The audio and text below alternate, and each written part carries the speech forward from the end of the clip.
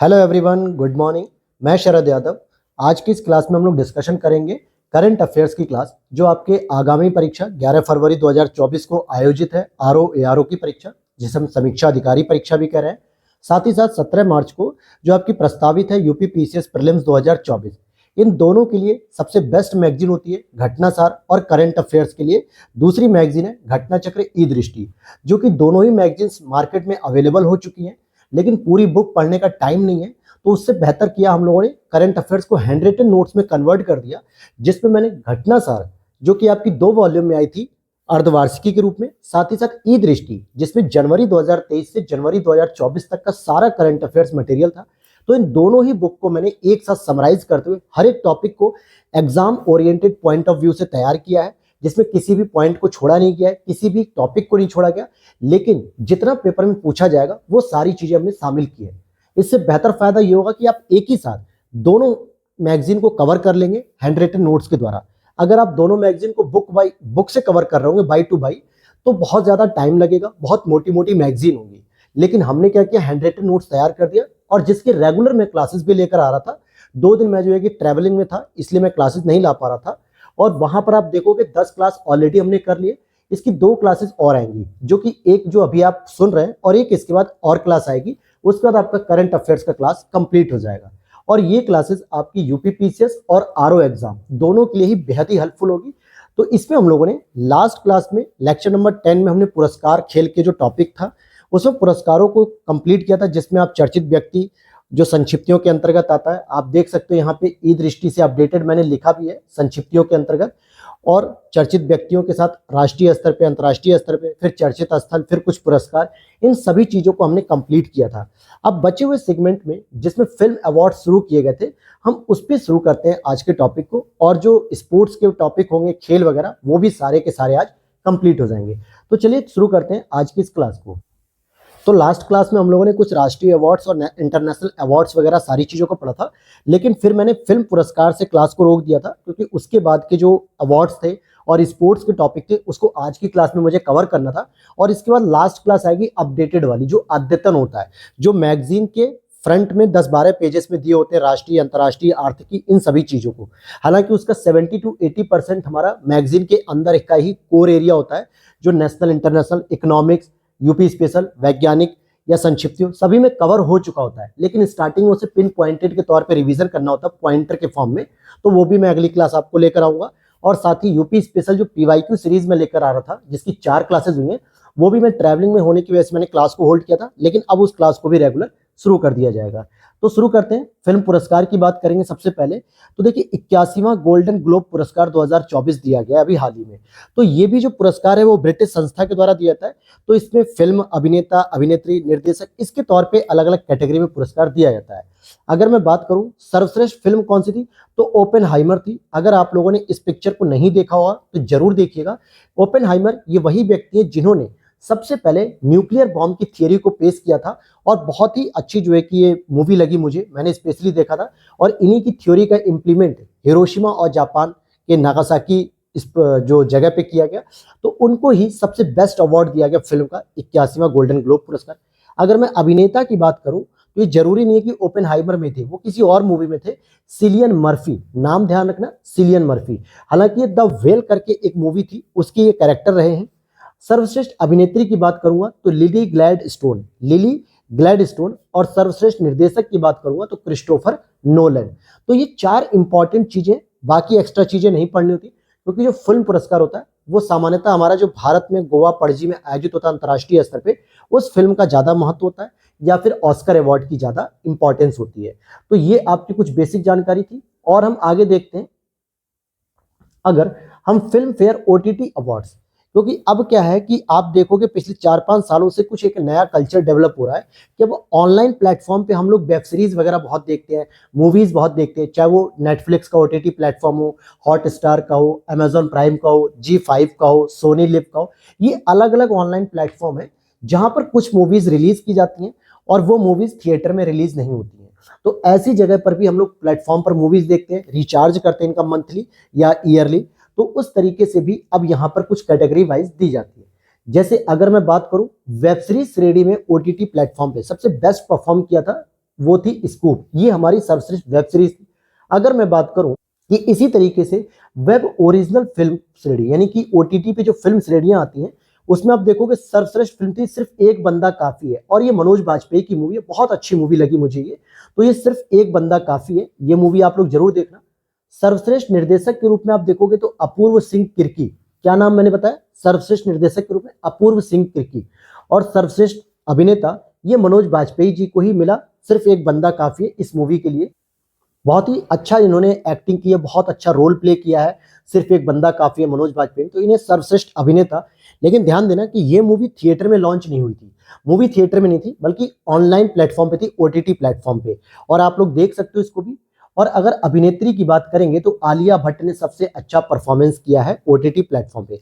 तो ध्यान देना कि अभी नेशनल अवार्ड्स भी हम लोग पढ़ते हैं और ओटीटी प्लेटफॉर्म के भी अब अवार्ड्स शुरू किए जा रहे हैं।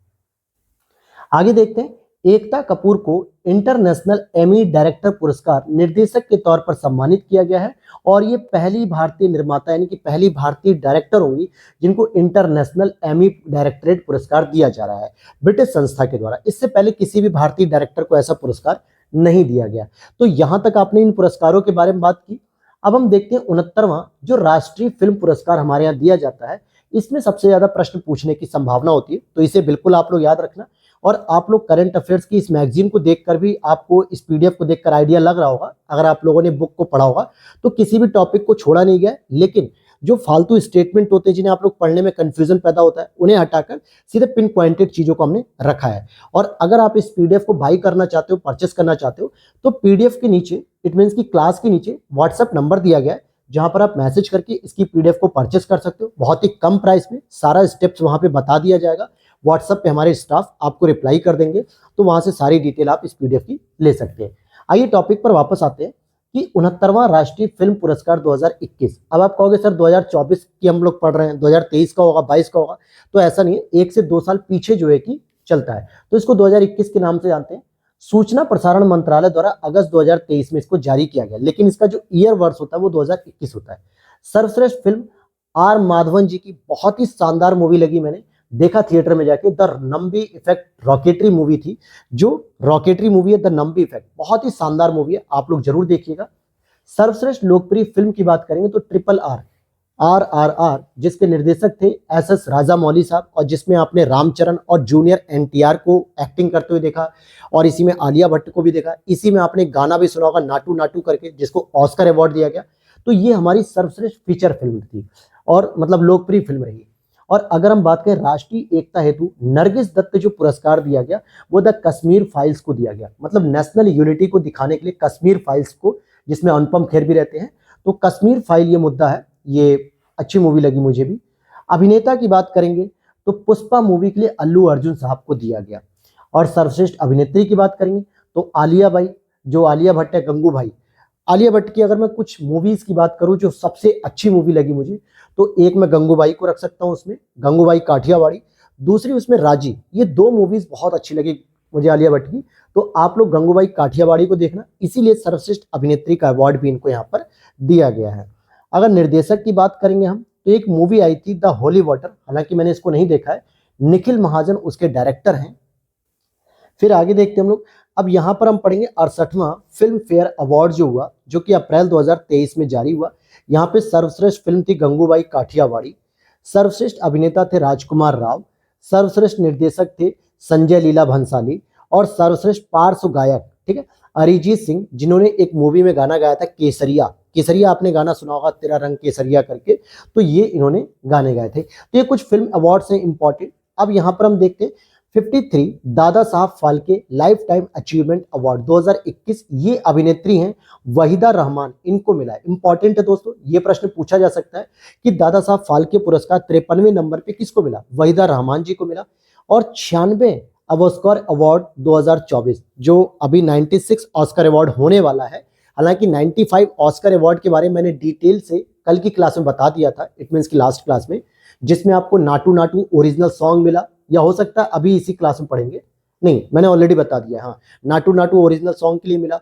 फिर वहीं पे एलिफेंट विस्पर, जो हाथियों की कहानी थी, जिसमें प्रधानमंत्री नरेंद्र मोदी जी मिलने भी जाते हैं केरल के उन लोगों से जो हाथियों का पालन कर रहे थे, उसको भी एक डॉक्यूमेंट्री के बेस पे पुरस्कार मिला था 95 ऑस्कर अवार्ड में। लेकिन ये 96 की मैं बात कर रहा हूँ। यहाँ से भारत की आधिकारिक प्रविष्टि के लिए एक चयनित फिल्म है, मलयालम फिल्म है 2018 की, एवरीवन इज अ हीरो। मतलब हर व्यक्ति अपनी लाइफ का कोई ना कोई एक हीरो होता ही होता है। कोई व्यक्ति ऐसा नहीं कि खाली कुछ बॉलीवुड इंडस्ट्री के हीरो हैं और बाकी हम सब जीरो हैं, ऐसा नहीं। सबकी लाइफ में कोई ना कोई स्ट्रगल होता है, सबकी लाइफ में कोई एक सक्सेस होती है। हर व्यक्ति अपनी लाइफ का एक हीरो होता है और हीरोइन होती है। फिर आगे इसी तरीके से हम देखेंगे, सत्यजीत रे लाइफ टाइम अचीवमेंट अवार्ड 2023, ये मिला है माइकल डगलस को। ठीक है, किसको मिला ये? माइकल डगलस को। तो यहां तक तो हम लोगों ने पुरस्कार और अवार्ड्स की बातें कर ली। इसकी जो बची हुई अवार्ड्स वगैरह थे नेशनल इंटरनेशनल, इसको हमने लास्ट क्लास में कवर किया था। अब आते हैं हम कुछ योजना और परियोजनाएं जो नेशनल और इंटरनेशनल लेवल पर चलाई जा रही हैं, स्पेशली हमारे यूपी में और इंडिया के द्वारा, तो इसको कवर करेंगे। और ये आपकी वन लाइनर होंगी, कुछ परियोजनाएं भी हो सकती है, कुछ प्लानिंग भी होंगी, कुछ योजनाएं होंगी, स्कीम्स होंगी। तो वन लाइनर टाइप में आपको बस इसे याद कर लेना है, क्योंकि यहां से प्रश्न बनने के चांसेस रहेंगे। भारत की पहली शहरी बाढ़ शमन परियोजना, इट मीन्स कि जो शहरों में बाढ़ आती है, जैसे दिल्ली में बाढ़ आई, मुंबई में बाढ़ आई, बेंगलुरु में आई, चेन्नई में आई, तो इसके लिए भारत सरकार के द्वारा भारत की पहली शहरी बाढ़ शमन परियोजना को शुरू किया गया, चेन्नई बेसिन परियोजना के नाम से। वहां पर उद्घाटन किया गया। चेन्नई कहां पड़ता है? तमिलनाडु, जिसको मद्रास का नया नाम कहता है, या चेन्नई का पूरा नाम मद्रास होता है। तो पूरे भारत में ऐसा पहली बार प्लानिंग शुरू की जा रही है कि हम शहरी बाढ़ को कैसे हम रोक सकेंगे। तो कहां पे हुई? चेन्नई बेसिन में। और विकसित भारत @2047, ये युवाओं से संबंधित एक नई पहल शुरू की जा रही है। आगे देखते हैं, तो यहां पर युवाओं की आवाज के नाम से एक पहल शुभारंभ किया मोदी जी ने 11 दिसंबर 2023 को। Rapid innovation and startup expansion कार्यक्रम, ये भारत और ऑस्ट्रेलिया के मध्य शुरू किया जा रहा है कि जितना भी स्टार्टअप कल्चर है भारत और ऑस्ट्रेलिया के बीच में, रैपिड तरीके से इनोवेशन किया जाएगा, मतलब बहुत फास्ट तरीके से इसको आगे बढ़ाया जाएगा। तो इस कार्यक्रम को और विस्तार किया जाएगा। तो ये कार्यक्रम भारत और ऑस्ट्रेलिया के मध्य आयोजित किया जा रहा है। विकसित भारत संकल्प यात्रा मोदी जी ने झारखंड के खूंटी से शुरू की है। तो एक नई यात्रा शुरू की है मोदी जी ने विकसित भारत की। और विकसित भारत संकल्प यात्रा की जो इन्होंने प्रमाण लिया या एक तरीके से संकल्प लिया, इसको झारखंड के खूंटी से शुरू किया गया है।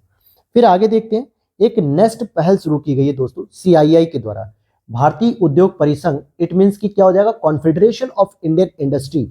इसके द्वारा नई रेटिंग और प्रमाणन पहल, नेक्स्ट पहल को शुरू किया गया है। तो पहली चीज यही पूछेगा कि नेक्स्ट पहल क्या होती है?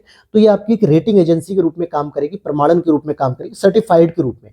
और शुरू किसने किया? भारतीय उद्योग परिसंघ के द्वारा इसे शुरू किया गया। आगे देखते हैं, यहाँ पे उत्तराखंड के उत्तरकाशी जिले में यमुना की सहायक टोंस नदी पर नेटवार मोरी जल विद्युत परियोजना का उद्घाटन किया गया है। तो आपसे एक प्रश्न ऐसे ही पूछा जा सकता है कि नेटवार मोरी जल विद्युत परियोजना किस राज्य में शुरू की गई? उत्तराखंड में, सिक्किम में, अरुणाचल प्रदेश में, या फिर आपके आसाम में? तो देखने में लगेगा कि एक पहाड़ी या हिमालयी राज्यों से संबंधित है, लेकिन कौन सा राज्य ये कंफर्म नहीं हो पाएगा। तो उत्तराखंड इसका उत्तर, ध्यान रखिएगा।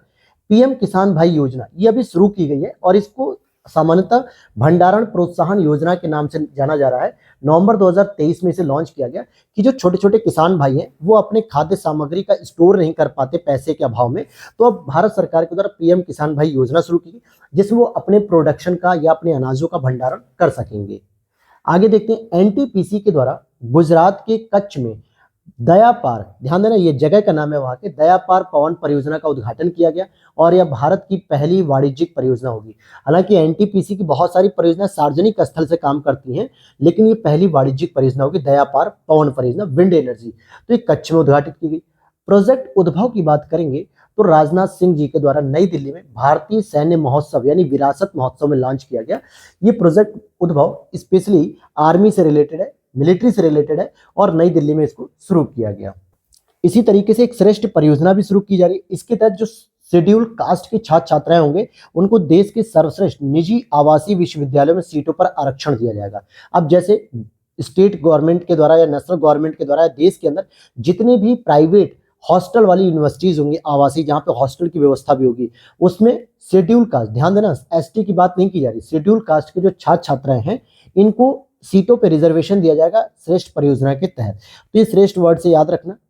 अब और देखते हैं, PM उज्ज्वला योजना बहुत चर्चा में रहती है, तो इसकी पूरी जानकारी हमने कवर कर ली।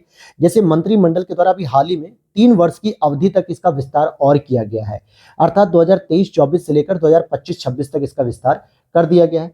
इन 3 वर्षों में नया टारगेट लिया गया, 75 लाख हम अतिरिक्त गैस कनेक्शन जो है कि जारी करेंगे, LPG कनेक्शन। 75 लाख जो है कि और हम देंगे 3 साल में। और पीएम उज्ज्वला योजना की बात करेंगे तो 1.0 मतलब पहला जो इसका वेरिएंट शुरू किया गया था मई 2016 में, बलिया से इसे लॉन्च किया गया था नरेंद्र मोदी जी के द्वारा। फिर इसका जो 2.0 वर्जन यानी सेकंड वर्जन जो था वो महोबा 2021 में लॉन्च किया गया। और एक जानकारी याद रखना, हो सकता है अभी राम मंदिर का बहुत चर्चा में है तो पीसीएस में पूछा जा सकता है कि 10 करोड़वां कैंडिडेट कहां पर था।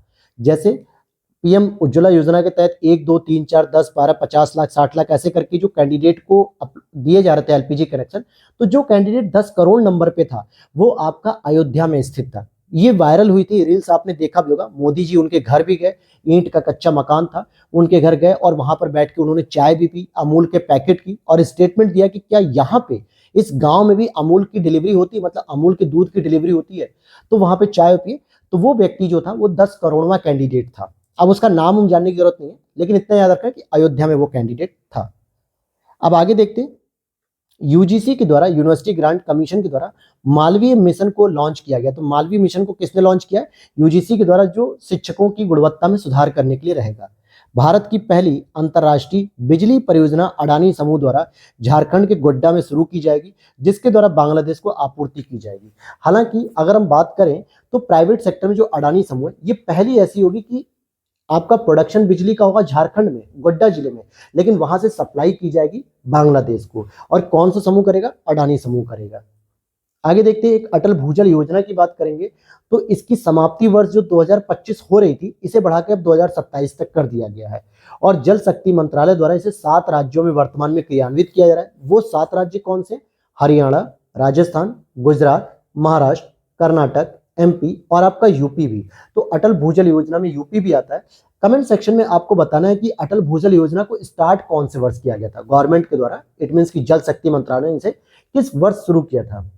फिर एक अगला प्लान देखते हैं हम लोग, अगला प्रोग्राम है, इसरो के द्वारा स्टार्ट कार्यक्रम शुरू किया गया है। तो स्टार्ट कार्यक्रम किसने शुरू किया? इसरो ने।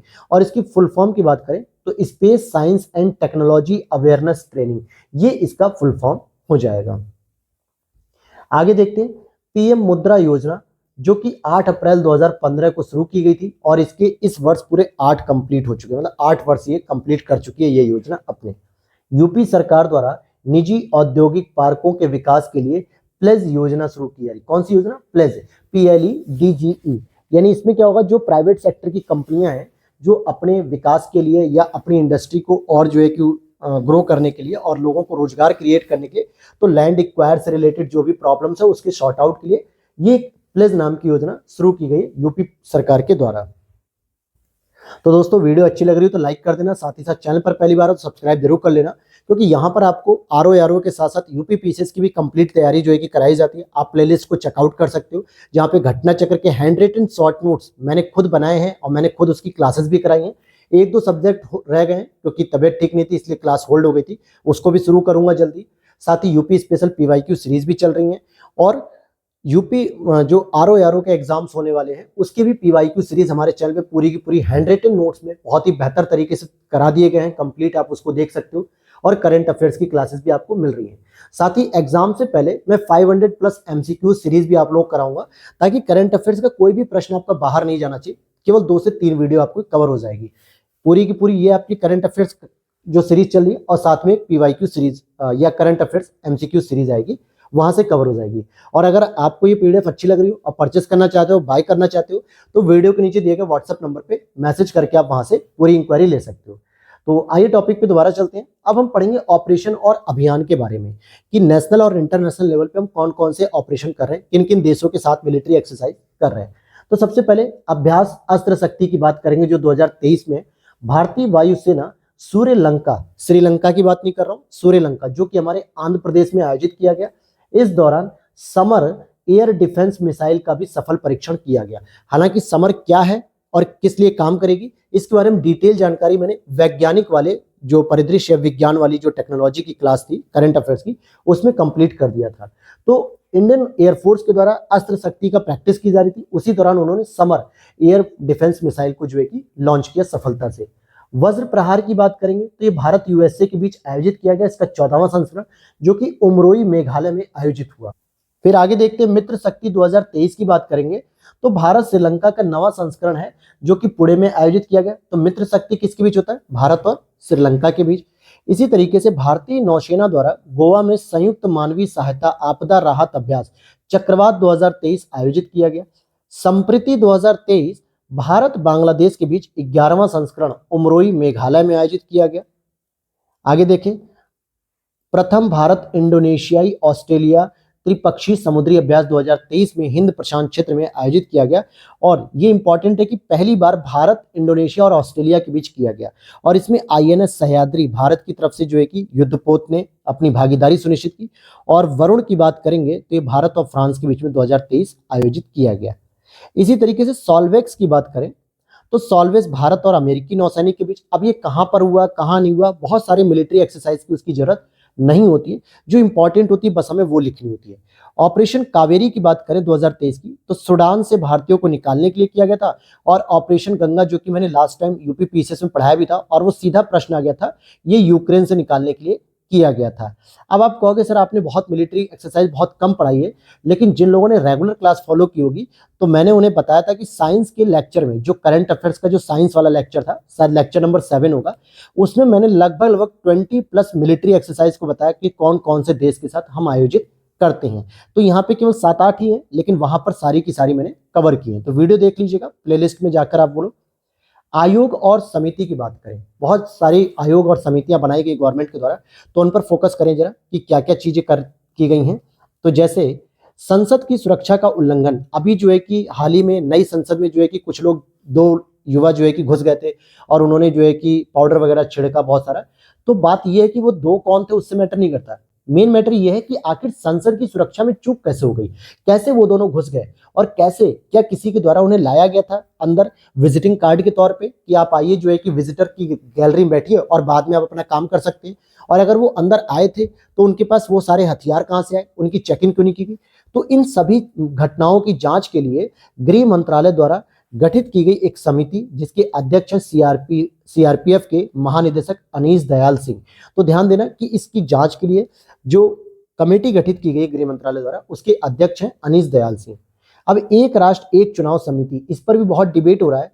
तो इसके लिए रामनाथ कोविंद जी, जो हमारे पूर्व राष्ट्रपति हैं, इनकी अध्यक्षता में 8 सदस्यीय समिति गठित की गई है। इसमें अन्य सदस्य के रूप में गृह मंत्री अमित शाह जी प्रमुख रूप से हैं, 15वें वित्त आयोग के एनके सिंह जी हैं, सुप्रीम कोर्ट के वरिष्ठ अधिवक्ता हरीश साल्वे जी हैं और पूर्व मुख्य सतर्कता आयुक्त संजय कोठारी जी हैं। हालांकि 4 लोग और हैं, लेकिन ये इंपॉर्टेंट कैरेक्टर हैं, तो इनको याद रखना आप लोग। फिर इसी तरीके से एनसीईआरटी की बुक संशोधन समिति की अध्यक्षता महेश चंद्र पंत कर रहा है। अभी आप लगातार सुन रहे होंगे, अखबारों में सुर्खियां आ रही होंगी या फिर न्यूज़पेपर में आ रहे होंगे, बहुत सारे मीडिया संवाददाता बोल रहे हैं, यूट्यूब पर आप सुनेंगे कि एनसीईआरटी की बुक से कुछ मध्यकालीन हिस्से जो है कि हटाए जाएंगे और राजपूतों का इतिहास जो है कि वर्णित किया जाएगा, बहुत सारे उसमें संशोधन किए जाएंगे। तो एनसीईआरटी अपनी हर एक सब्जेक्ट की बुक में संशोधन करने के लिए कमेटी बना रही है। उसको चीफ कौन कर रहा है, यानी हेड कौन कर रहा है, महेश चंद्र पंत जी कर रहा है। और नेशनल पेंशन स्कीम, राष्ट्रीय पेंशन स्कीम की बात करेंगे, जो कि बहुत डिस्प्यूटेड है। अगर इसकी बात करें तो इसमें सुधार हेतु समिति की अध्यक्षता की जा रही है वित्त सचिव टीबी सोमनाथन के द्वारा। किसके द्वारा? टीबी सोमनाथन के द्वारा। तो ये हो गई आपकी कुछ इंपॉर्टेंट आयोग और समितियां। अब यहां पर हम सम्मेलन और समारोह को कवर करेंगे। तो जैसे कि इंडस फूड की बात करेंगे 2023, तो ये इसका आयोजन ग्रेटर नोएडा यूपी में हुआ, तो यानी ये यूपी में हुआ आपका। उसी तरीके से 99 यानी कि 99 विश्व संगीत समागम तानसेन समारोह 2023, तो तानसेन जी कहाँ के थे? ग्वालियर के थे, अकबर के दरबार में थे, नवरत्न कवि के रूप में थे। अब यहाँ पर हम बात करेंगे तो एमपी सरकार द्वारा ग्वालियर में इनको आयोजित किया गया। 1300 तबला वादकों ने सबसे बड़ा तबला समूह का खिताब जीता और Guinness book of world record में से दर्ज भी कराया। कर्नाटक के जो गणपति भट्ट जी थे, इनको तानसेन सम्मान दिया गया और 25 दिसंबर को एमपी सरकार के द्वारा तबला दिवस मनाने की घोषणा की गई है। तो ये 4 इंपॉर्टेंट चीजें, तो एक तो सबसे इंपॉर्टेंट ये हो सकता है, दूसरा गणपति भट्ट जी का नाम याद रखना कि इनको तानसेन सम्मान दिया गया है अभी। इसी तरीके से अंतर्राष्ट्रीय गीता महोत्सव 2023 कुरुक्षेत्र हरियाणा में आयोजित किया गया। आसियान इंडिया मिलेट मतलब जो मोटे अनाज है, जिसको प्रधानमंत्री नरेंद्र मोदी जी के द्वारा श्री अन्न का दर्जा दिया गया। ये महोत्सव 2023 में नई दिल्ली में आयोजित हुआ, जिसमें आसियान देशों और इंडिया, ये दोनों आपसी सहयोग से मोटे अनाजों के उत्पादन को बढ़ावा देंगे। हालांकि दुनिया के स्तर पे मोटे अनाज के उत्पादन और उपभोक्ता में कौन सी रैंकिंग इंडिया की, ये आप लोग कमेंट सेक्शन में बताना। हालांकि मैंने इसको और पहले ही क्लासेस में बता रखा है। जिसने रेगुलर क्लास को फॉलो किया होगा वो इसका आंसर तुरंत बता देगा। आगे देखते हैं नवा इंडिया फूड एक्सपो जो कि 9वें नंबर पे हुआ। तो दिसंबर 2023 में आयोजित हुआ था ये लखनऊ में, और भागीदार देश यहाँ पर वियतनाम था। इंडियन इंडस्ट्रीज एसोसिएशन द्वारा इसका आयोजन किया गया था, इंडिया फूड एक्सपो। और अभी आपने इंडस फूड के नाम से पढ़ा, ग्रेटर नोएडा में आयोजित किया गया था यूपी के। उसी तरीके से 5वां वैश्विक आयुर्वेद महोत्सव 2023 तिरुवनंतपुरम केरल में आयोजित किया गया। कहां पर? तिरुवनंतपुरम केरल में आयोजित किया गया। आगे देखें 24वां हॉर्नबिल महोत्सव 2023। हालांकि हॉर्नबिल महोत्सव कहां पे होता है? नागालैंड में ही आयोजित किया था। 9वां भारत अंतर्राष्ट्रीय विज्ञान महोत्सव 2023 फरीदाबाद हरियाणा में आयोजित हुआ, जिसकी थीम थी अमृत काल में विज्ञान और प्रौद्योगिकी। अमृत काल में विज्ञान और प्रौद्योगिकी। फिर आगे देखिए दूसरा voice of the Global South शिखर सम्मेलन। ध्यान देना कि जो ग्लोबल साउथ देश होते हैं ये सामान्यतः क्या होते हैं? जो 0 डिग्री के नीचे होते हैं या विकासशील देश होते हैं स्पेशली, या पिछड़े देश, जैसे लैटिन अमेरिका के देश हो गए जिसमें Brazil, Ecuador, Colombia, Argentina, Chile, या फिर अफ्रीकी देशों को आप देख सकते हो, या फिर एशियाई देशों में आप भारत को देख सकते हो, इंडोनेशिया को देख सकते हो, और आसियान देशों को देख सकते हो। तो ये सब ग्लोबल साउथ होते हैं जो कि पिछड़े देश होते हैं। तो ग्लोबल साउथ की जो दूसरी voice of the Global South शिखर सम्मेलन हुआ, ये 2023 भारत में मेजबानी की गई थी। तो भारत विकासशील देशों का एक अग्रणी नेता के रूप में उभर के सामने आ रहा है। 5वां वार्षिक भारत यूएसए 2+2 मंत्री स्तरीय संवाद नई दिल्ली में आयोजित किया गया। भारतीय रक्षा मंत्रालय और अमेरिकी रक्षा मंत्रालय के मध्य पहला इंडिया एक्स यानी इंडिया एक्स नई दिल्ली में आयोजित किया गया, और रक्षा उत्कृष्टता के लिए नवाचार शुरू किया गया था, जिसमें गुरुकुल का भी शुभारंभ किया गया। आगे देखते हैं दूसरा वर्ल्ड फूड इंडिया 2023 की बात करेंगे तो भारत मंडपम प्रगति मैदान में आयोजित किया गया था नई दिल्ली में। तो ये प्रगति मैदान नई दिल्ली में भारत मंडपम बनाया गया है, G20 के दौरान बना था। तो वहीं पर दूसरा वर्ल्ड फूड इंडिया शुरू किया गया। मुख्य विषय था समृद्धि के लिए प्रसंस्करण, यानी कि ग्रोथ करने के लिए हमें प्रोसेसिंग करनी, फूड प्रोसेसिंग। भागीदार देश इसमें नीदरलैंड था पार्टनरशिप के रूप में।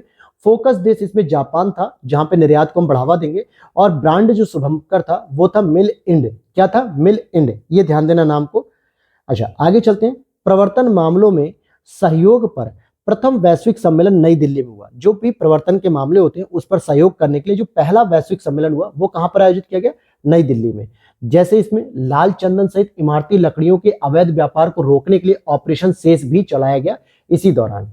आगे देखें 7वीं इंडिया मोबाइल कांग्रेस का उद्घाटन नई दिल्ली के प्रगति मैदान में आयोजित किया गया, जिसकी थीम थी वैश्विक डिजिटल नवाचार। वैश्विक स्तर पर हम डिजिटल नवाचार को बढ़ावा देंगे। नेक्स्ट है आपका हिंद महासागर रिम एसोसिएशन मंत्री परिषद, जिसको हम लोग IORA बोलते हैं। इसकी 23वीं बैठक कोलंबो यानी श्रीलंका में आयोजित की गई थी। भारत ने 2023 से 25 तक इसका उपाध्यक्ष रहेगा। अभी इसी के साथ करंट इसका जुड़ गया है, 2023 से 25 तक उपाध्यक्ष रहेगा। नेक्स्ट देखते हैं 42वां भारत अंतर्राष्ट्रीय व्यापार मेला प्रगति मैदान नई दिल्ली में आयोजित किया गया, जिसकी थीम थी वसुधैव कुटुंबकम यूनाइटेड बाय ट्रेड, यानी एकजुट होकर जो है कि हम ट्रेड यानी व्यापार को आगे बढ़ाएं। फिर ग्लोबल फिनटेक फेस्ट की बात करेंगे 2023 के लिए, तो NPCI और payment council of India PCI द्वारा संयुक्त रूप से जियो वर्ल्ड सेंटर मुंबई में इसे आयोजित किया गया। और G20 संस्कृति मंत्रियों की जो बैठक थी वो वाराणसी यूपी में हुई थी। जब G20 की समिट हो रही थी तो यूपी के 4 शहरों में इसकी मीटिंग्स आयोजित की गई थी, जिसमें वाराणसी था, आगरा था आपका, ग्रेटर नोएडा और लखनऊ। ये 4 शहर थे जहां पे G20 की समिट आयोजित की गई थी। नेक्स्ट आप देखोगे 5वां विश्व कॉफी सम्मेलन एवं एक्सपो 2023 बंगलुरु कर्नाटक में आयोजित था। ब्रांड एम्बेसडर यहाँ पे रोहन बोपन्ना जी थे। और शुभंकर की बात करेंगे तो कॉफी स्वामी जी, ध्यान देना शुभंकर कॉफी स्वामी रहेंगे और रोहन बोपन्ना यहाँ पे ब्रांड एम्बेसडर रहेंगे। आगे देखते हैं इसके लिए कि दूसरा भारत स्टार्टअप महोत्सव बेंगलुरु में आयोजित किया गया। जो भारत का स्टार्टअप महोत्सव हो रहा है पिछले साल से, तो ये दूसरे नंबर पे आयोजित किया गया था। थीम इसकी क्या है? Innovation at the bottom of the pyramid. तो innovation at the bottom of the pyramid, ये स्टार्टअप महोत्सव दूसरा बेंगलुरु में आयोजित हुआ। क्वाड लीडर समिट 2023 का आयोजन हिरोशिमा जापान में हुआ, क्योंकि जो क्वाड के जो 4 मेंबर हैं USA, भारत, जापान, ऑस्ट्रेलिया, तो वहीं पे हिरोशिमा जो कि जापान का एक शहर है, और यहाँ की जो बैठक की अध्यक्षता थी वो प्रधानमंत्री एंथनी एल्बनीज जो कि ऑस्ट्रेलिया के प्राइम मिनिस्टर है, इनके द्वारा यहाँ पर अध्यक्षता की गई। जबकि आयोजन कहाँ पे हुआ? जापान में हुआ। और इस बैठक में भारत और USA, जापान भी शामिल हुए, क्योंकि भाई 4 ही देश आते हैं क्वाड में। 31वां नई दिल्ली विश्व पुस्तक मेला 2023 का आयोजन राष्ट्रीय बुक ट्रस्ट यानी एनबीटी और आईटीपीओ के सहयोग से हुआ, जिसकी थीम थी आजादी का अमृत महोत्सव। और यहाँ पे गेस्ट कंट्री यानी कि अतिथि देश आपका फ्रांस था। और इस बार भी जो कि 26 जनवरी को जो गणतंत्र दिवस हुआ, 75वां गणतंत्र दिवस, इस अवसर पे भी फ्रांस के राष्ट्रपति इमैनुअल मैक्रों ये हमारे मुख्य अतिथि के रूप में यहाँ पर उपस्थित हुए थे। आगे देखते हैं हम लोग 36वां सूरजकुंड अंतर्राष्ट्रीय शिल्प मेला 2023 का आयोजन सूरजकुंड में हुआ, यानी कि फरीदाबाद हरियाणा में हुआ। और जिसका थीम राज्य जो थे, मतलब कि जो राज्य थे वो थे आपके उत्तर पूर्वी के राज्य यानी कि नॉर्थ ईस्ट के स्टेट्स को बुलाया गया था। और भागीदार देश इसमें एससीओ के सदस्य थे, जो एससीओ के जो मेंबर हैं यानी कि संघाई कोऑपरेशन ऑर्गेनाइजेशन, जिसके 8 सदस्य हैं पूरे के पूरे, जिसमें आपका ताजिकिस्तान आता है, उज्बेकिस्तान आता है, कजाकिस्तान आता है, रसिया आता है, चाइना आता है, भारत आता है और पाकिस्तान आता है। लेकिन अभी एक नया सदस्य इसमें और ऐड हो गया, नवा मेंबर, जिसको हम लोग ईरान कहते हैं। तो ईरान भी इसमें अब शामिल हो चुका है। आगे देखें 12वां विश्व हिंदी सम्मेलन 2023 विदेश मंत्रालय और फिजी सरकार के सहयोग से ये फिजी में आयोजित हुआ। कहां पर हुआ ये विश्व हिंदी सम्मेलन? ये फिजी में आयोजित हुआ, जिसकी मुख्य थीम है हिंदी पारंपरिक ज्ञान से कृत्रिम मेधा तक। यानी हिंदी के साथ साथ हम पारंपरिक ज्ञान को आगे बढ़ाते हुए कृत्रिम मेधा, इट मींस की आर्टिफिशियल इंटेलिजेंस तक अब हम आगे बढ़ने का प्रयास करेंगे। और हिंदी का विस्तार हम आर्टिफिशियल इंटेलिजेंस के माध्यम से पूरे वैश्विक स्तर पर इसको बढ़ाने का प्रयास करेंगे। अब चलते हम कुछ संधि और समझौते को भी कवर करते हैं कि कुछ किन देशों के बीच में हमने कुछ संधियां इंपॉर्टेंट किए, समझौते किए, तो इन चीजों को हम कवर करेंगे। जैसे अगर आप देखोगे कि भारत और गुयाना के मध्य जनवरी 2024 में हाइड्रोकार्बन क्षेत्र में सहयोग हेतु समझौता हुआ। तो भारत और गुयाना के बीच में कौन सा समझौता हुआ? हाइड्रोकार्बन के लिए। भारत सरकार और एडीबी बैंक यानी कि आपका एशियन डेवलपमेंट बैंक के मध्य उत्तराखंड में जलवायु अनुकूलन जो आपकी विद्युत प्रणाली के लिए समझौता हुआ, और जिसमें $200 मिलियन हमें प्राप्त हुआ ऋण के रूप में।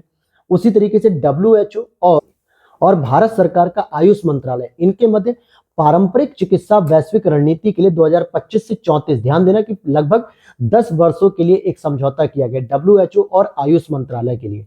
और अगर मैं आपसे पूछूं कि भारत के किस राज्य में या किस शहर में आयुष मंत्रालय के द्वारा या WHO के सहयोग से एक पारंपरिक जो है कि संगठन को खोला जा रहा है पारंपरिक चिकित्सा के लिए, तो जरा आप उसे बताइएगा कमेंट सेक्शन में।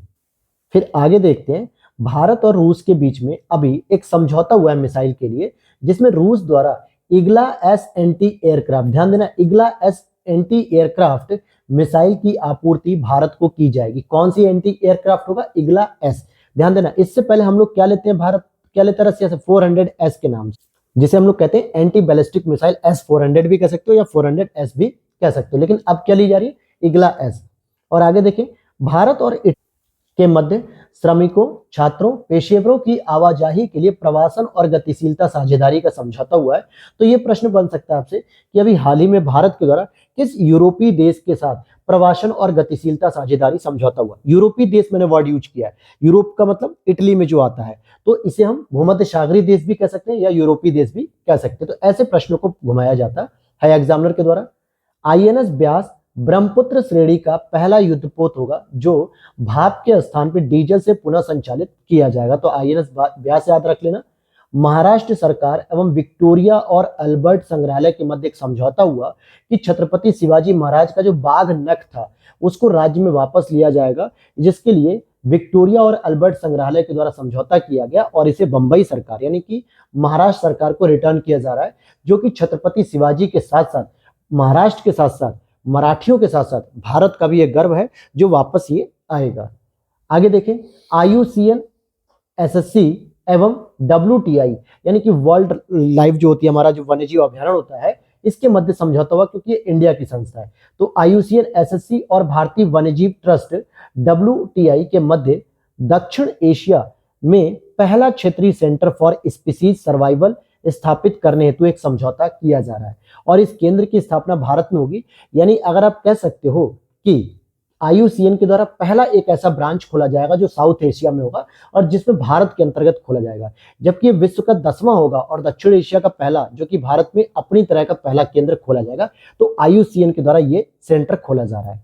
भारत और IMO अंतर्राष्ट्रीय समुद्री संगठन के लिए द्विवार्षिक कार्यकाल 2024 और 25 के लिए पुनः चुना गया। भारत IMO यानी अंतर्राष्ट्रीय समुद्री संगठन के अंतर्गत चुना गया। विश्व पशु स्वास्थ्य संगठन का 33वां सम्मेलन नई दिल्ली में आयोजित किया गया। इस बार बैंक की बात करेंगे तो एफपीआई यानी कि फॉरेन पोर्टफोलियो इन्वेस्टमेंट, जो कैसा होता है 10% से कम होता है, जिसने इकोनॉमिक्स पढ़ी होगी। जैसे एफडीआई की बात करेंगे तो 10% से अधिक इन्वेस्टमेंट अगर आता है किसी देश में या किसी कंपनी में तो हम उसे एफडीआई कहते हैं। लेकिन अगर 10% से कम इन्वेस्टमेंट आ रहा तो उसे हम एफपीआई कहते हैं। तो फॉरेन पोर्टफोलियो इन्वेस्टमेंट के रूप में सेबी के साथ पंजीकरण करने वाला ये पहला रूसी बैंक बनेगा, इस बार बैंक बनेगा। एनटीपीसी लिमिटेड फोर्ब्स द्वारा जारी विश्व के सर्वश्रेष्ठ नियोक्ता 2023 में शामिल होने वाला भारत का एकमात्र पीएसयू बन गया। तो जैसे फोर्ब्स के द्वारा क्या होता है, वैश्विक स्तर पे एक रैंकिंग जारी की जाती है कि कौन सबसे अच्छी कंपनी है जो एम्प्लॉयर के रूप में जानी जा रही है, नियोक्ता के रूप में। तो एनटीपीसी जो कि भारत का एकमात्र पब्लिक सेक्टर अंडरटेकिंग या पब्लिक सेक्टर यूनिट्स के रूप में जानी जा रही है।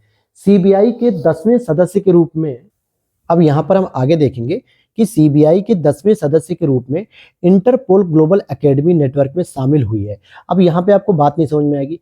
इंटरपोल की बात करेंगे तो इंटरपोल अक्सर आपने हॉलीवुड मूवीज में देखा होगा, जिसकी फुल फॉर्म क्या होती है, अगर मैं इसको लिखूं INTERPOL यानी इंटरनेशनल पुलिस, जो अंतर्राष्ट्रीय स्तर पे क्या करती है, एक दूसरे देशों के साथ सहयोग करती है, समझौता करती है। तो इस इंटरपोल में 10वें जो है कि नेटवर्क के रूप में सीबीआई को भी शामिल कर लिया गया है। ये भारत के लिए एक उपलब्धि रहेगी।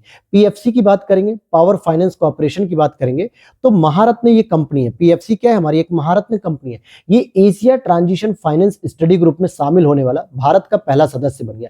तो Asia transition finance study group में कौन शामिल हो रही है, पीएफसी महारत्न। ओएनजीसी की बात करें, ओएनजीसी रिश्वत विरोधी प्रबंधन प्रणाली के लिए प्रमाणित होने वाला भारत का पहला पब्लिक सेक्टर यूनिट यानी कि पीएसयू बन चुका है। तो यहाँ पे दोस्तों इसे थोड़ा सा करेक्ट कर लेना, ये रिश्वत लिखा हुआ है, रिश्वत विरोधी प्रबंधन प्रणाली में शामिल हो गया है। तो ये तो कुछ इंपॉर्टेंट चीजें थी। अब हम लोग पढ़ेंगे कुछ इंपॉर्टेंट दिवस या इंपॉर्टेंट डेज हम कह सकते हैं। जैसे अभी हाल ही में 22 दिसंबर को राष्ट्रीय गणित दिवस, जो कि श्रीनिवास रामानुजन की याद में होता है। 18 दिसंबर अंतर्राष्ट्रीय प्रवासी दिवस, जो कि थीम होगी आपकी एक्ट टुडे। 10 दिसंबर को मानवाधिकार दिवस सेलिब्रेट किया गया, सभी के लिए स्वतंत्रता, समानता और न्याय की बात की गई। 5 दिसंबर की बात करेंगे तो विश्व मृदा दिवस, जिसमें थीम दी गई थी मिट्टी और पानी जीवन के स्रोत हैं। 2 दिसंबर को अंतर्राष्ट्रीय दासता उन्मूलन दिवस सेलिब्रेट किया गया। 20 नवंबर को विश्व बाल दिवस, हमारे यहाँ कब होता है, 14 नवंबर को होता है राष्ट्रीय बाल दिवस, चाचा नेहरू के दिवस के रूप में भी जानते हैं, लेकिन अंतर्राष्ट्रीय स्तर पे 20 नवंबर को विश्व बाल दिवस कहा जाता है। और इसकी थीम थी हर बच्चे के लिए हर अधिकार, यानी every right for every children. 19 नवंबर को विश्व शौचालय दिवस, जिसकी थीम थी परिवर्तन में तेजी लाना। और 10 नवंबर को आपका आयोजित किया गया था 8वां आयुर्वेद दिवस, हर स्वास्थ्य के लिए आयुर्वेद, यानी किसी भी प्रकार की हेल्दी लाइफ चाहिए तो आपको आयुर्वेद को अपनाना चाहिए। 24 अक्टूबर को विश्व पोलियो दिवस। 4 से 10 अक्टूबर विश्व अंतरिक्ष सप्ताह घोषित किया गया। 20 अक्टूबर 2023 को विश्व पर्यावरण दिवस घोषित किया गया, जो कि प्रतिवर्ष वैसे अक्टूबर का जो पहला सोमवार पड़ता है, तो यहाँ पे विश्व पर्यावरण दिवस घोषित किया गया। अब यहाँ पे बात करेंगे 11 दिसंबर को भारतीय भाषा दिवस आयोजित किया गया। उसी तरीके से 27 सितंबर को विश्व पर्यटन दिवस, जिसकी थीम थी पर्यटन और हरित निवेश। आगे देखते हैं, 23 अगस्त को आपका राष्ट्रीय अंतरिक्ष दिवस सेलिब्रेट किया गया, क्योंकि इस दिन चंद्रयान 3 की सॉफ्ट लैंडिंग सफल हो चुकी थी। 21 जून को अंतर्राष्ट्रीय योग दिवस, जिसकी थीम थी एक विश्व के लिए योग होना चाहिए। 7 जून को विश्व खाद्य सुरक्षा दिवस। 5 जून को विश्व पर्यावरण दिवस, थीम थी प्लास्टिक प्रदूषण के उपाय। 20 मार्च को विश्व गौरैया दिवस, कौन सी, विश्व गौरैया दिवस सेलिब्रेट होता है। 24 दिसंबर की बात करेंगे तो 24 दिसंबर राष्ट्रीय उपभोक्ता दिवस। 7 अगस्त, और ये वाला प्रश्न कई बार मिलान करने के लिए पूछा जाता है तो याद रख लेना अच्छे से, राष्ट्रीय भाला फेंक दिवस 7 अगस्त, जो कि नीरज चोपड़ा जी के द्वारा जो सबसे अधिक भाला फेंका गया था सबसे लंबी दूरी तक, तो उसके उपलक्ष्य में। इसके बाद देखेंगे 11 जुलाई को विश्व जनसंख्या दिवस सेलिब्रेट होता है। 15 मार्च 2023 को पहला इस्लामोफोबिया से लड़ने हेतु अंतर्राष्ट्रीय दिवस सेलिब्रेट किया गया। और ये जो दिवस है दोस्तों इंपॉर्टेंट है, क्योंकि यूएनओ के द्वारा सेलिब्रेट किया जा रहा है। और ऐसा इसलिए क्योंकि वैश्विक स्तर पे एक विचार चल रहा है नई तरीके से वैश्विक दुनिया में कि जो इस्लाम है वो कहीं ना कहीं आतंकवाद को फैलाता है और अंतर्राष्ट्रीय शांति को भंग करता है। लेकिन ऐसा नहीं है, इस्लाम भी हमारे ही बीच का एक बहुत ही सुंदर और बहुत ही प्यारा धर्म है, और जिसके लिए एकता की बात बहुत अच्छी रहती है, जिसमें एकत्व की बात की जाती है, एकवाद की बात की जाती है, बहुवाद की बात नहीं की जाती है। तो इसलिए यूएनओ के द्वारा कहा गया इस्लामोफोबिया मत फैलाइए। इससे लड़ने का उपाय क्या है, आप इस तरह के कोई फोबिया मत फैलाइए। 16 जनवरी को आप देखोगे तो राष्ट्रीय स्टार्टअप दिवस सेलिब्रेट किया जाता है। अब यहाँ पर कुछ आपकी इंपॉर्टेंट पुस्तकें हैं, जैसे नए भारत का सामवेद नरेंद्र मोदी जी के द्वारा लिखी गई है। Breaking the mould reimagining India's economy future Raghuram Rajan और रोहित लांबा के द्वारा लिखी गई। The NaMo story of political life Kingshuk Nag के द्वारा लिखी गई। लायंस ट्रेड ड्रैंक द मूनलाइट, ये एस सोमनाथ जो कि इसरो चीफ थे, इनके द्वारा लिखी गई है। और साथ ही साथ एक अगली पुस्तक है laws of the spirit world, Khurshid Bhavnagari के द्वारा लिखी गई। Through the broken glass and autobiography T N Seshan ji के बारे में डिटेल से आप लोग अगर कुछ जानकारी जानते हो तो कमेंट सेक्शन में बताना। ये इलेक्शन कमीशन से जुड़े हुए बहुत ही इंपॉर्टेंट पर्सनैलिटी हैं। पागल खाना की बात करेंगे तो ये डॉक्टर ज्ञान चतुर्वेदी जी के द्वारा लिखी गई है। और UP to Ukraine Abhishek Upadhyay ji ने लिखी है। The light we carry Michelle Obama, Barack Obama की वाइफ है, उन्होंने लिखी। The monk who transformed UP, monk मतलब संत, और कौन है संत इस समय, योगी आदित्यनाथ जी, जो यूपी की स्थिति में परिवर्तन कर रहे हैं, सकारात्मक परिवर्तन ला रहे हैं। शांतनु गुप्ता। और प्राइड प्रेजुडिस एंड पॉन्ड्रेटरी, ये शशि थरूर जी के द्वारा लिखी गई पुस्तक। तो वीडियो अच्छी लग रही है दोस्तों तो लाइक कर देना, और साथ ही साथ अगर आप लोग भी इसकी पीडीएफ को परचेस करना चाहते हो तो मैंने ऑलरेडी बता दिया वीडियो की स्टार्टिंग में ही कि क्या करना है। वीडियो के नीचे दिए गए व्हाट्सएप नंबर पे मैसेज करो और वहां से आप इसे दिए गए पेमेंट लिंक को फॉलो करके आप बहुत ही इजीली तरीके से उसे बाई कर सकते हो। तो आगे चलते हैं, अब विविध वाले कुछ टॉपिक को कवर कर लेते हैं। जैसे पानसर तालाब की बात करेंगे तो इसका उद्घाटन कलोल गांधीनगर में हुआ, अमित शाह जी के द्वारा किया गया। और पानसर तालाब क्या है, ये प्रसिद्ध एक जैन तीर्थ स्थल है, तो इससे इंपॉर्टेंट हो जा रहा है ये। यूएन द्वारा 2024 को अंतरराष्ट्रीय कैमेलिड्स वर्ष घोषित किया गया। कैमेलिड्स का मतलब क्या होता है, जो कैमल मतलब होते हैं ऊंट, तो उसी के बारे में बस ये बात कही जा रही है। और यूएन द्वारा 2023 को किसके रूप में मनाया जा रहा था, अंतरराष्ट्रीय मोटे अनाज के दिवस के रूप में मनाया गया। भारत द्वारा 2031-32 तक परमाणु ऊर्जा क्षमता को वर्तमान की क्षमता 7480 मेगावाट से बढ़ाकर 22,480 मेगावाट करने का लक्ष्य रखा गया है। अगला देखते हैं, यूपी का पहला उन्नत बाल चिकित्सा केंद्र advance paediatric centre Sanjay Gandhi स्नातकोत्तर आयुर्विज्ञान संस्थान लखनऊ में ओपन किया जा रहा है।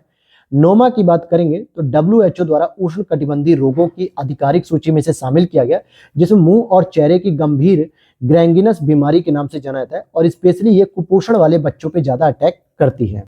अब शुरू करेंगे हम लोग इसमें खेल परिदृश्य, जहां से इंपॉर्टेंट जो फैक्ट है, इंपॉर्टेंट जो स्पोर्ट्स होंगे, जो पुरस्कार होंगे स्पोर्ट्स के, वो सारी चीजों को हम लोग कवर कर लेंगे। तो सबसे पहले हम लोग ग्रैंड स्लैम की बात करेंगे, जो कि लॉन टेनिस के नाम से जाना जाता है, 2023। इसमें 4 ग्रैंड स्लैम होते हैं दोस्तों। ऑफ व्यू उसकी ट्रिक है, जैसे ऑस्ट्रेलियन, फ्रेंच, और उसके बाद आपका यूएस ओपन होता है, और लास्ट में होता है विंबलडन। तो ये 4 प्रकार के लॉन टेनिस के ग्रैंड स्लैम होते हैं, जिसमें सबसे पहले होता है ऑस्ट्रेलियन ओपन 2023 में हुआ था, जिसमें पुरुष खिताब जीता था नोवाक जोकोविच, जो कि सर्बिया के रहने वाले, और महिला के रूप में एरिना साबालेंका, जो कि बेलारूस की रहने वाली, इन्होंने खिताब जीता था एकल प्रतियोगिता में। इसी तरीके से ऑस्ट्रेलिया के बाद आती है फ्रेंच ओपन, तो फ्रेंच ओपन में भी पुरुष खिताब जीता नोवाक जोकोविच ने, और महिला के रूप में ईगा स्विटेक ने, जो कि पोलैंड की निवासी है, इन्होंने खिताब को जीता।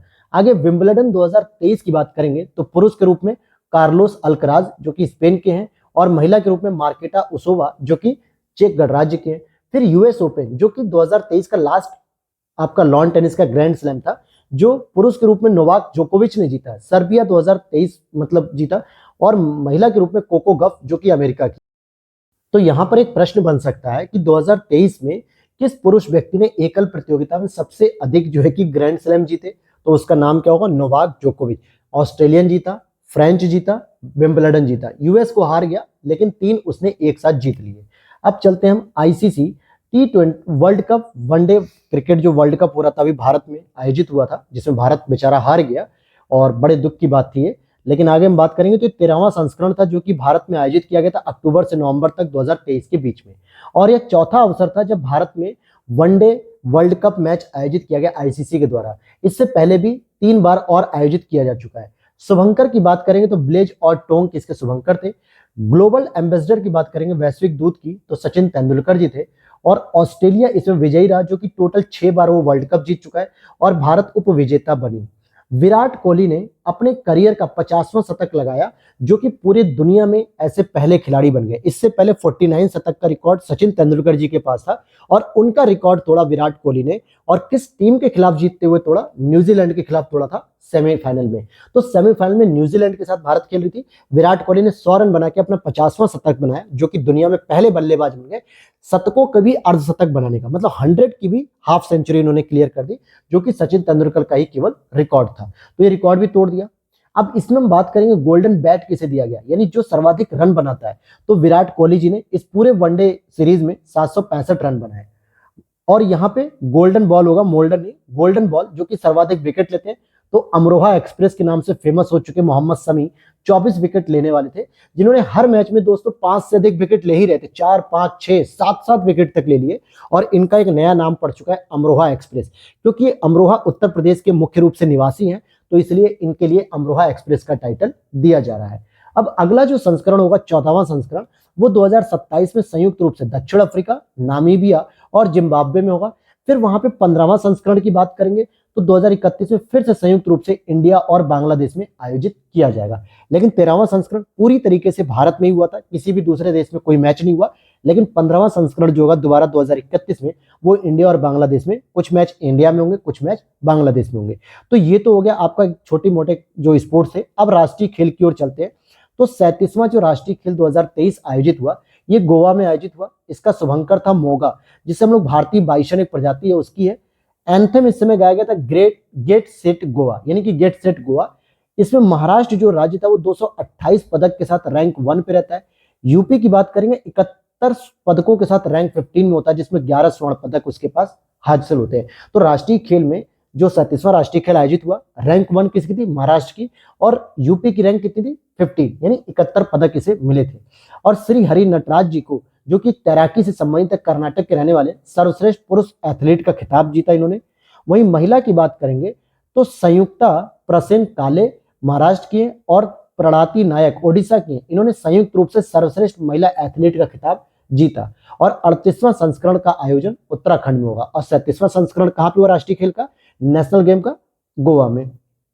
अब आ जाइए एशियाई खेलों में देखते हैं। तो 19वें एशियाई खेलों की बात करेंगे, जिसमें केवल और केवल एशिया के लोग शामिल होंगे। हांगझोंग जो कि चीन में आयोजित हुआ, इसका स्लोगन था heart to heart at the rate future, यानी दिल से दिल मिलाओ और अपना भविष्य उन्नत बनाओ। अब यहाँ पे दिल से दिल मिलाने का थीम दूसरा मत ले लेना, देशों के बीच में हम समरसता की बात कर रहे हैं। रैंक 1 पे था यहाँ पे चीन, जिसने 383 पदक जीते थे। भारत की बात करेंगे तो कुछ अच्छा परफॉर्मेंस थी इस बार, रैंक 4 थी, 107 पदक इसने जीते थे एशियाई खेलों में। 20वां संस्करण की बात करेंगे तो नागोया जापान में आयोजित किया जाएगा। और यहाँ पे भारत की तरफ से जो हॉकी कैप्टन थे वो हरमनप्रीत सिंह थे पुरुष में, और मुक्केबाज में लवलीना बोर्गेनहॉर महिला में थी। और उद्घाटन समारोह में ये भारतीय ध्वजवाहक थे, जो भारतीय ध्वजवाहक होता है उसके ये उद्घाटन समारोह में शामिल थे। आगे देखते हैं हम लोग। अब यहाँ पर हमने एशियाई खेलों को देखा, अब हम राष्ट्रीय खेलों को भी देख चुके थे। लेकिन अब हमारे भारत में दो अलग तरीके के खेल हो रहे हैं, एक खेलो इंडिया यूनिवर्सिटी गेम और एक होता है खेलो इंडिया यूथ गेम। तो यूनिवर्सिटी में क्या होता है कि जितनी भी भारत की इंपॉर्टेंट यूनिवर्सिटीज हैं वो सारे आपस में क्रिकेट या किसी भी प्रकार के खेलों को आयोजित करते हैं। वहाँ के जो स्पोर्ट्स एथलीट होते हैं वो लोग खेलते हैं। और एक होता है खेलो इंडिया यूथ कार्यक्रम, तो दोनों को हम लोग पढ़ेंगे। तो पहले हम लोग पढ़ रहे हैं खेलो इंडिया यूनिवर्सिटी गेम्स, जो 2022 के संस्करण के नाम से होते हैं। तो इसका जो 3rd संस्करण हुआ 2023 में, ये यूपी के 4 शहरों में आयोजित हुआ। कहाँ कहाँ पे? लखनऊ, वाराणसी, गोरखपुर, ग्रेटर नोएडा। अगर मैं गोरखपुर को हटा के अगर मैं यहाँ पे आगरा नाम लिख दूं तो यही 4 शहर G20 से संबंधित है जहां पे मीटिंग्स हुई थी। लेकिन मैं आगरा हटा के गोरखपुर की बात कर दूंगा तो ये आपका क्या हो जाएगा? खेलो इंडिया यूनिवर्सिटी गेम। साथ ही साथ यूपी के साथ दिल्ली में भी एक प्रतियोगिता आयोजित की गई थी निशानेबाजी के नाम से। बाकी सारी प्रतियोगिता आपके इंडिया में मतलब यूपी में हुई थी। और यहाँ पे जो शुभंकर था वो जीतू था, जो कि एक बारहसिंगा, जो कि यूपी का एक राजकीय पशु है, तो जीतू उसका नाम रखा गया। फिर आगे देखेंगे कि यहाँ पे कौन सी यूनिवर्सिटी सबसे अच्छी थी। तो रैंक 1 पे आई थी आपकी पंजाब यूनिवर्सिटी, रैंक 2 पे आई थी गुरु नानक देव यूनिवर्सिटी, रैंक 3 पर आई थी जैन यूनिवर्सिटी कर्नाटक की। तो ये शुरू के 1, 2, 3 3rd पुरस्कार तक यहाँ पे रैंकिंग दी गई थी। यूपी की कोई भी रैंकिंग यहाँ पर नहीं थी। अब दूसरा आता है खेलो इंडिया यूथ गेम्स। तो यूथ गेम्स की बात करेंगे, अगर हम बात करें यूथ गेम्स की, तो इसमें आप देखोगे कि इसका 5वां संस्करण आयोजित किया गया था जनवरी-फरवरी 2023 में। मध्य प्रदेश के लगभग 8 शहरों में और दिल्ली में आयोजित की गई थी। इसका जो शुभंकर था वो था आशा, क्योंकि मध्य प्रदेश में ही चीता को लाया गया जो कि एक मादा चीता है, कूनो अभ्यारण्य में है, और साथ ही साथ मोगली। तो यहाँ पर आशा और मोगली को इसका शुभंकर रखा गया। रैंक 1 में महाराष्ट्र था 161 पदकों के साथ, और रैंक 14 पे उत्तर प्रदेश था 36 पदक के साथ। तो बहुत अच्छा परफॉर्मेंस तो नहीं थी इसकी, लेकिन ठीक ठाक थी। अब एक और आगे हम पॉइंट पढ़ेंगे, जैसे आप लोग पढ़ते हैं आईपीएल, इंडियन प्रीमियर लीग, जो कि आप लोगों का बहुत फेवरेट हो चुका है, T20 सीरीज होती है इसमें आईपीएल के रूप में। अब उसी तरीके से एक शुरू की गई है WPL। क्या कहा जाता है? WPL यानी कि women premiere league, women premiere league 2023। तो इसका पहला संस्करण आयोजित किया गया मुंबई में। कहां पर? मुंबई में। और इसका जो प्रायोजक था वो कौन था? टाटा था। और यहाँ पे शुभंकर रखा गया था शक्ति, यानी एक शेरनी के रूप में शक्ति। और विजेता यहाँ पे मुंबई इंडियंस हुई थी, और उप विजेता के रूप में दिल्ली कैपिटल्स थी। और ये पहला महिला प्रीमियर संस्करण था। अब यहाँ पर आयोजित हुआ था मुंबई में, तो याद रखना। फिर अब चलते हैं हॉकी की तरफ। तो हॉकी जो वर्ल्ड कप 2023 हुआ था पुरुषों का, ये ओडिशा में हुआ था। भुवनेश्वर और राउरकेला ओडिशा में आयोजित हुआ। भारत में चौथी बार आयोजित हुआ 1982, 2010, 2018, 2023।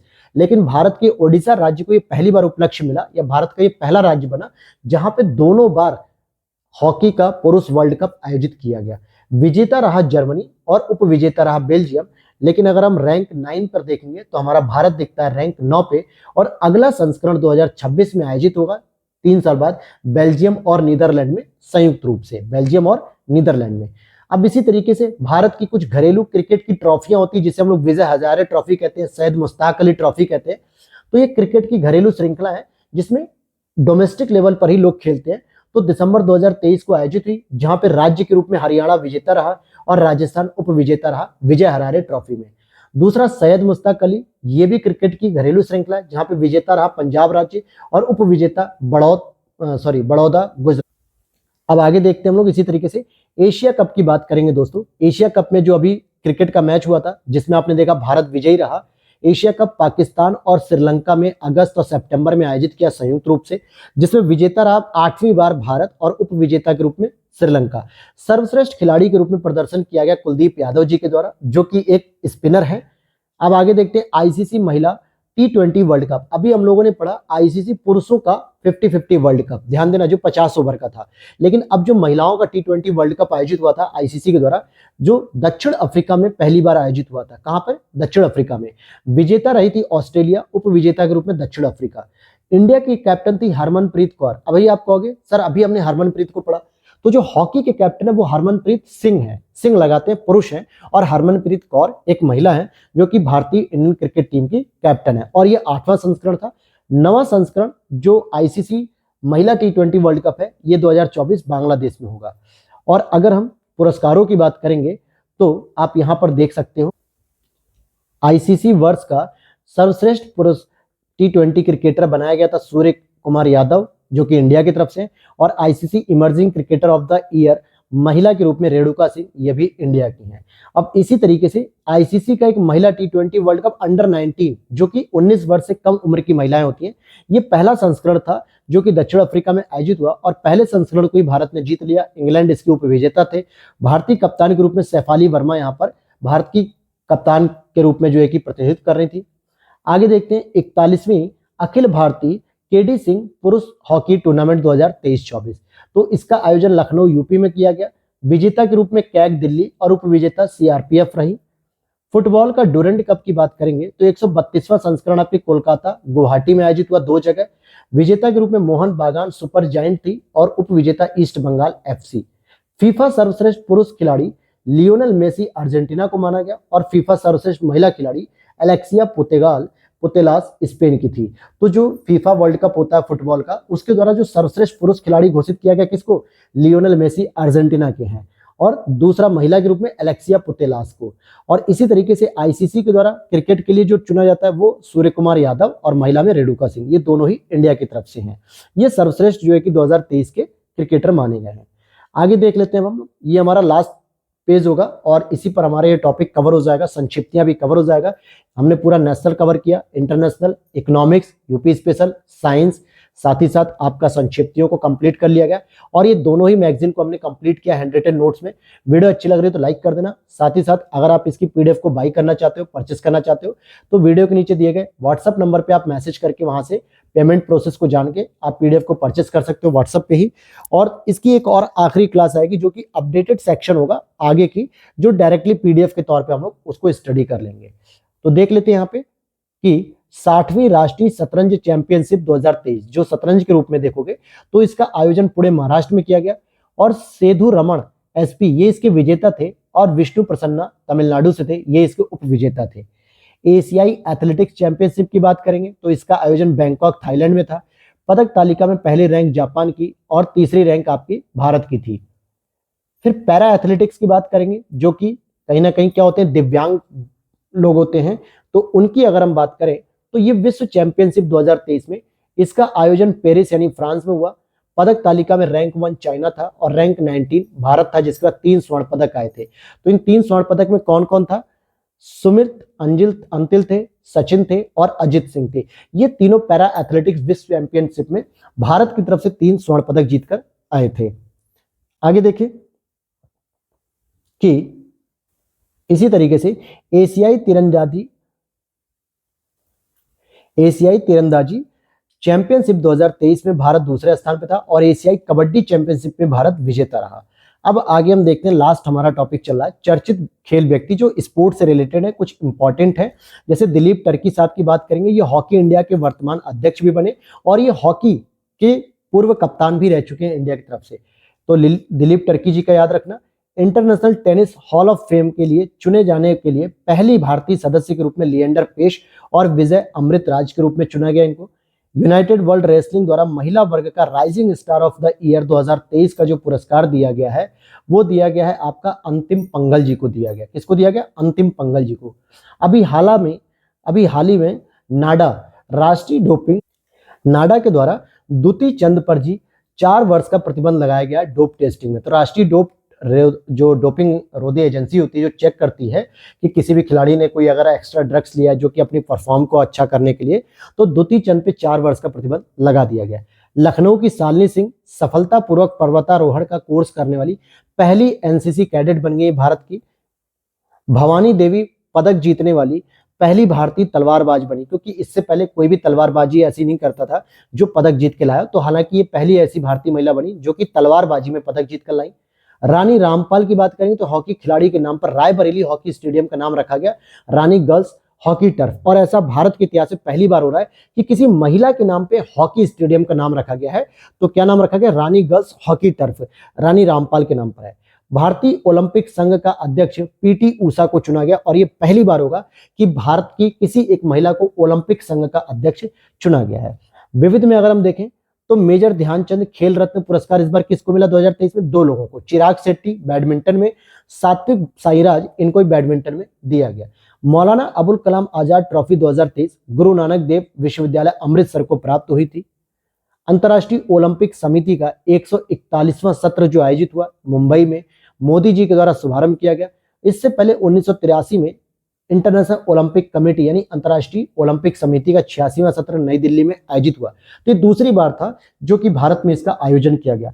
और डेविस कप मैच का आयोजन लखनऊ में हुआ था, यहाँ भारत ने मोरक्को को पराजित किया था। तो ये तो थी आज आपकी आखिरी क्लास, जिससे हमने करंट अफेयर्स की कंप्लीट क्लास को कर लिया है और एक लास्ट क्लास बचेगी अपडेटेड सेक्शन। हालांकि उसके 70% टॉपिक हमने अंदर मैगजीन के तहत जो अलग अलग सेक्शन में आते हैं टॉपिक, वो सारी चीजें कवर कर ली है। तो अपडेटेड क्लास जो है कि आप लोग को कल मिल जाएगी और वहां से आपकी करंट अफेयर्स की क्लास कंप्लीट होगी। फिर उसके बाद हम लोग करंट अफेयर्स के बेस पे इन्हीं सारे टॉपिक्स पे बेस्ड करके लगभग 500+ एमसीक्यूज की सीरीज को करेंगे, जो बहुत ही शानदार सीरीज होगी। जिस तरीके से यूपी पीसीएस में मैंने 750 एमसीक्यू सीरीज को शुरू किया था, जहां से बहुत सारे प्रश्न आपके सीधे एट इज एग्जाम में आ गए थे, सेम उसी तरीके से इस बार भी उसकी पॉसिबिलिटी रहेगी। तो तैयार रहिएगा, कमर कस लीजिएगा, पेटियां बांध लीजिएगा, करंट अफेयर्स अच्छे से रिवाइज करके आप उस सीरीज को शुरू करिएगा। तो मिलते हैं नेक्स्ट वीडियो में। Thanks for watching.